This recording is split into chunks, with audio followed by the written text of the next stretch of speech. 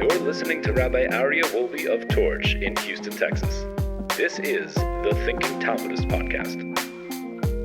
All right, welcome back, everybody. Good afternoon. It's so wonderful to be here this beautiful Friday afternoon here in Houston, Texas. Welcome back to the Thinking Talmudist. We're going to now continue the Talmud. If you remember from a few weeks ago, we talked about Rabbi Elazar, the son of Rabbi Shimon. He was a marshal, and he found someone guilty, and he had to execute him. So, ve'afilu hachi, despite this, the Talmud says, Lo samich Rabbi Elazar Rabbi Shimon adaite.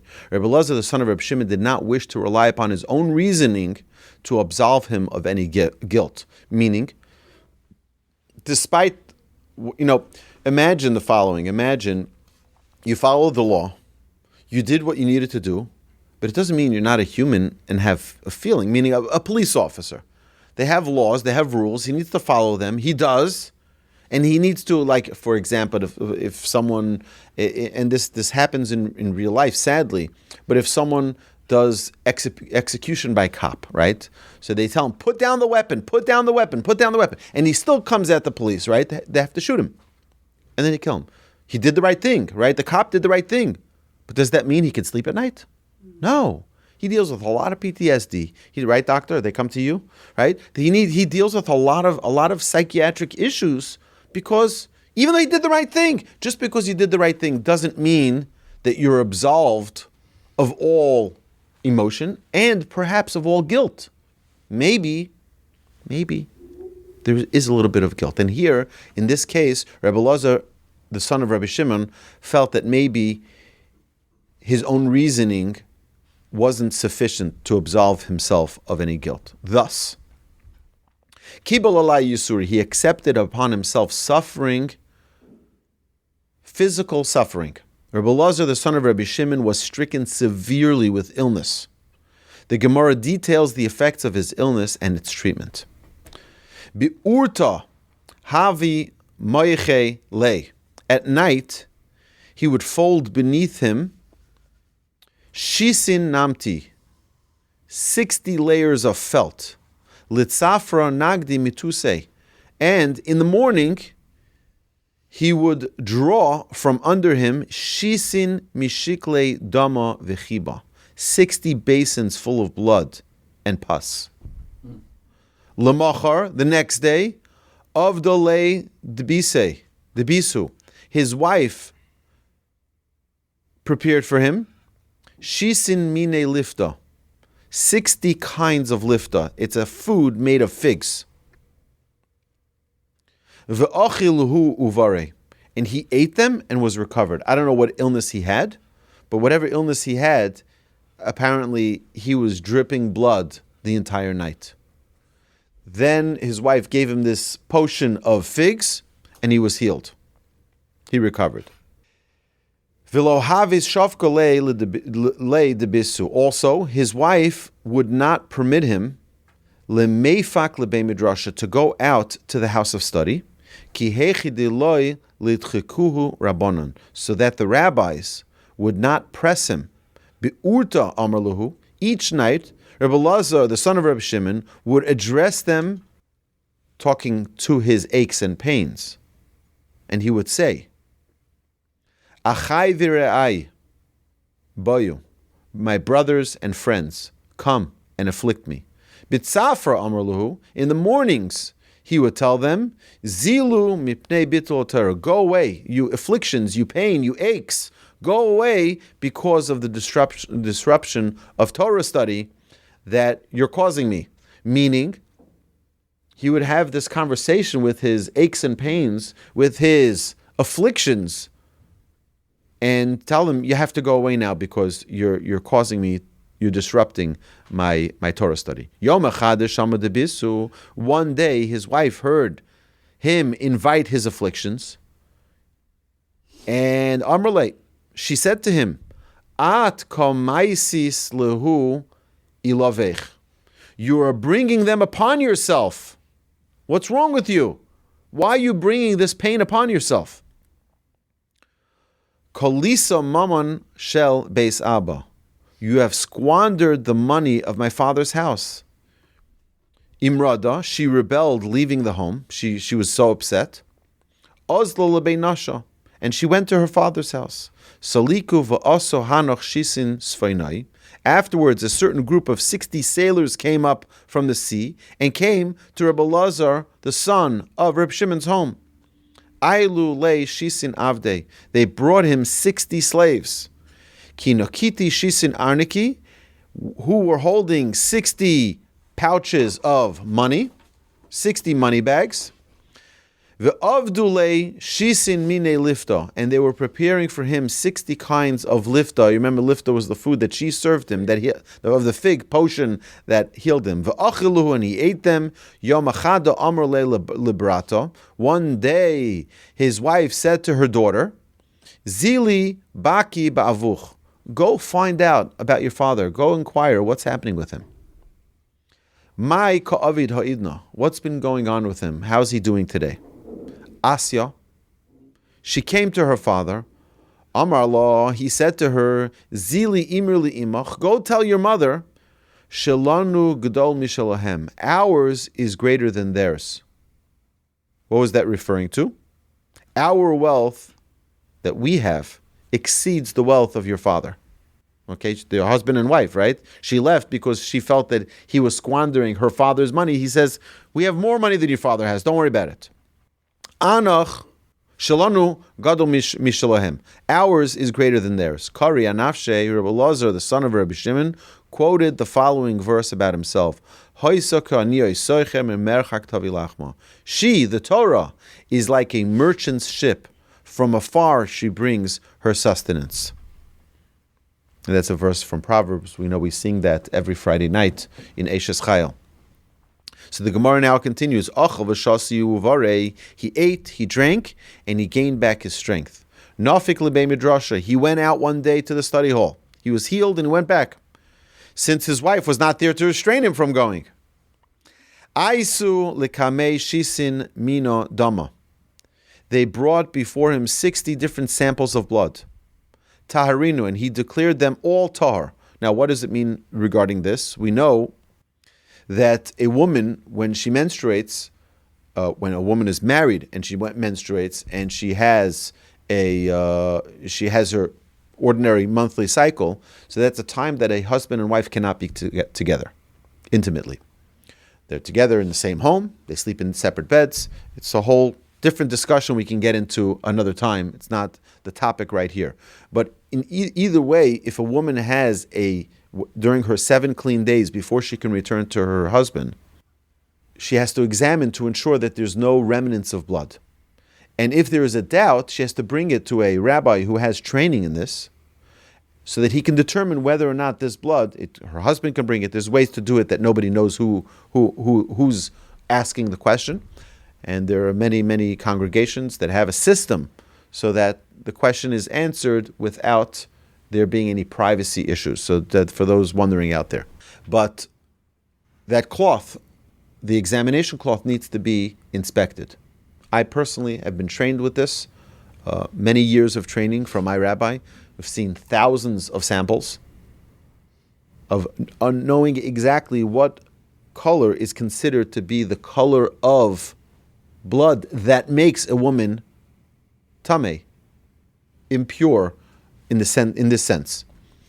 And you have to know, it's a training. It's just like we said that there were things that Moses was taught by God at Mount Sinai.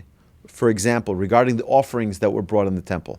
How did Moshe know exactly what animal, what's done with it, whether it's a peace offering, whether it's an olah, whether it's a sin offering? All of these different offerings had different ways in which they were brought as an offering, and each one had a rectification, as we're going to see this week in our upcoming prayer podcast on Tuesday morning.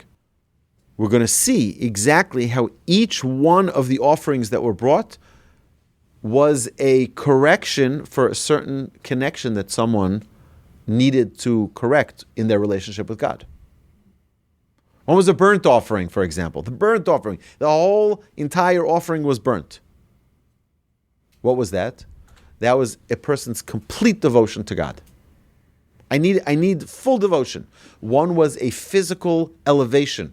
I need to purify and make myself, I like the word holify, right? To make yourself holy, your physical experience holy. And those were people who would eat from the offerings. Part of the offering was burnt, part of it was eaten, and it had to be in absolute purity. They couldn't be impure in the least bit. They had to go to the mikveh first, the ritual bath. They had to be absolutely pure because you need to elevate the physical. This is all an incredible learning, incredible teaching, but where do we get it from? Moses got it from Mount Sinai. This is something, if I tell you blue, how do you know blue? Because your teacher told you blue, red, green, or your parents taught you blue, red, all the different colors. If someone doesn't tell you that, you don't know that red is red. You look at the color red, you see blue. No, it's not blue, it's red. That means that's something that needs to go in what we call misora, which is a transmission that's parent to child or generation to generation. How do we know what the color of something that makes someone tameh, someone impure? This color. Wait. Tell you red. Well, what's red? You see so many things that are red. Is that the real red? Is that the color red? There's millions of shades of red. How does someone know? That has to be taught. And that was taught from God to Moses at Mount Sinai. And Moses shared that all the way to me learning it from my rabbi, who got it from his rabbi, who got it from his rabbi, who got it from his rabbi, all the way 131 generations of rabbi to student, till us learning here at the Torch Center. So either way, he was shown 60 samples, and he declared them all tahar. They were all permissible, they were all fine. That means that the woman can continue her 7 clean days, hopefully reaching the end of the 7 clean days, and then she can return to her husband after going to the mikvah. Havaka miranine rabbanan va'amir. The rabbis murmured against him and said, Salka daitach, do you really think that leisbuhu chat safek, that even one of these 60 examples was even a doubtful case? Are you so confident? And over here the commentary says that it would be highly unusual from a statistical standpoint that 100% of them were okay.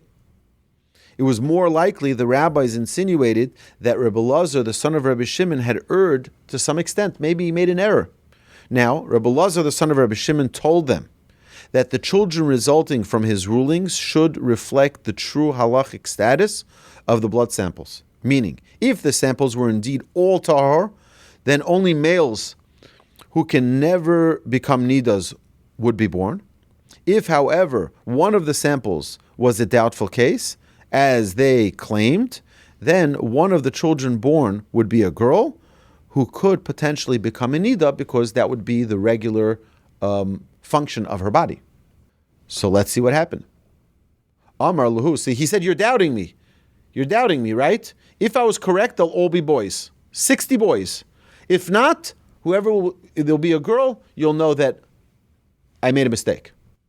What happened? Amar Lahu, Rabbi Elazar, the son of Rabbi Shimon, said to them, Im kamosi hu, you kulam scharim. If the situation is as I say, let the women all conceive tonight, and let their babies all be boys. V'im lav, and if not, tehei nekeva achas b'neim. Let there be one girl amongst them. What happened? Hayu kulam scharim. They were all conceived that night, and all the babies were all boys. V'asiku lehu Rabbi Elazar al Shmei, and they all named each of their children Rabbi Elazar after him. Okay, they all named their children after him. Okay, so we're going to stop here. We're going to continue next week. We're going to continue more about this conversation and this story of Rabbi Elazar and Rabbi Shimon. Till next week, my dear friends, have a magnificent Shabbos. I look forward to continuing our learning for many, many, many more years, healthy years, fruitful, beautiful years, filled with good deeds, with good accomplishments, God willing, and in absolute good health. My dear friends, have an amazing Shabbos. Thank you so much. I'm just going to add my own personal story to this, okay? When my wife and I found out You're asking, how was it that his prayers were answered, that all of the 60 babies were boys? So when my wife and I found out that she was pregnant with our first child, we got into a cab and we went to the Western Wall. We were living in Jerusalem at the time. And I said to Hashem, first is thank you so much. This is such an unbelievable blessing.